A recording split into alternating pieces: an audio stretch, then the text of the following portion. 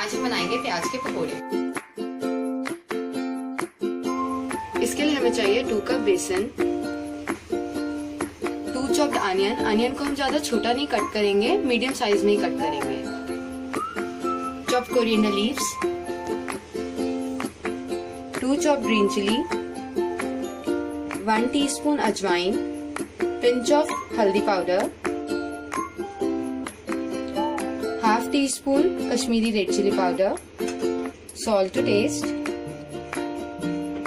Oil for cooking. सबसे पहले हम बेसन को छान लेंगे। मैंने इसको छान के रखा है।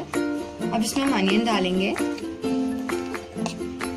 ग्रीन चिली, कोरिएंडर लीव्स,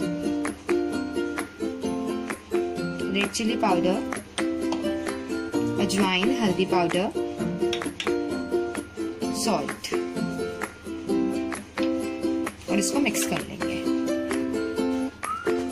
इसको हमने मिक्स कर लिया। अब इसमें हम थोड़ा पानी डालेंगे और इसको मिक्स कर लेंगे। इसको हम अच्छे से मिक्स करेंगे और थोड़ा थोड़ा ही पानी डालेंगे, क्योंकि इसका जो बैटर कंसिस्टेंसी है वो हमने ज्यादा पतला नहीं करना है और ज्यादा थिक भी नहीं करना है।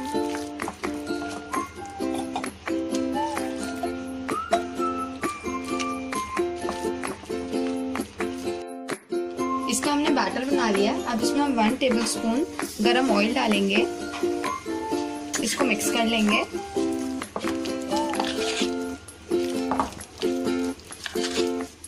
ऑयल को हमने मिक्स कर लिया। अब इसको हम 10 मिनट्स के लिए ढक देंगे। 10 मिनट्स हो गए हैं। अब हम पकोड़े बनाएंगे। पैन में हम ऑयल गरम कर लेंगे। अब इसमें हम बैटर डालेंगे।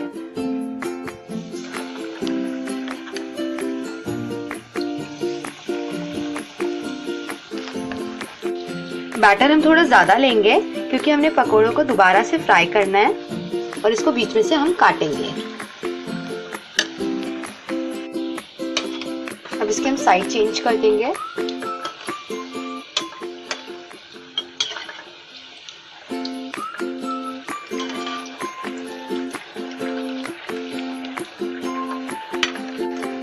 पकोड़े फ्राई हो गए हैं। अब इनको हम निकाल लेंगे।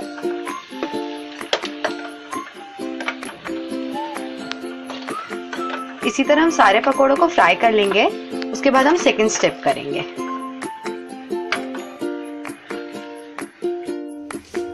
पकोड़े हमने फ्राई कर लिए। अब इनको हम 10 मिनट्स के लिए ठंडा कर लेंगे। 10 मिनट्स हो गए हैं। अब हम पकोड़ों को कट करेंगे। इसको हमने हाफ में कट करना है। आप देख सकते हो अभी अंदर से ये अच्छे से फ्राई नहीं हुआ है। अब इनको हम दोबारा फ्राई करेंगे तो ये अच्छे से पक जाएंगे।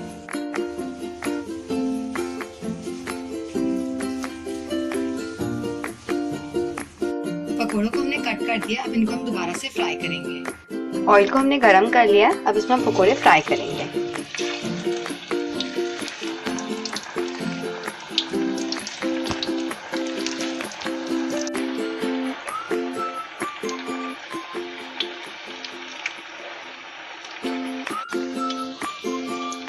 पकोड़ों को हमने अच्छे से फ्राई कर लिया है। ये क्रिस्पी भी हो गए हैं।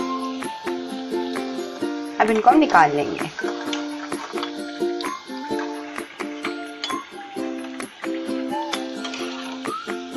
इसी तरह हम सारे पकोड़ों को फ्राई कर लेंगे।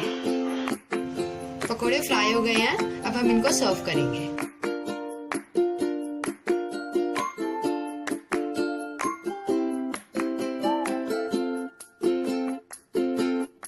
ये थी हमारी आज की रेसिपी प्याज के पकोड़े। मेरी और वीडियोस के लिए प्लीज सब्सक्राइब करें। Please like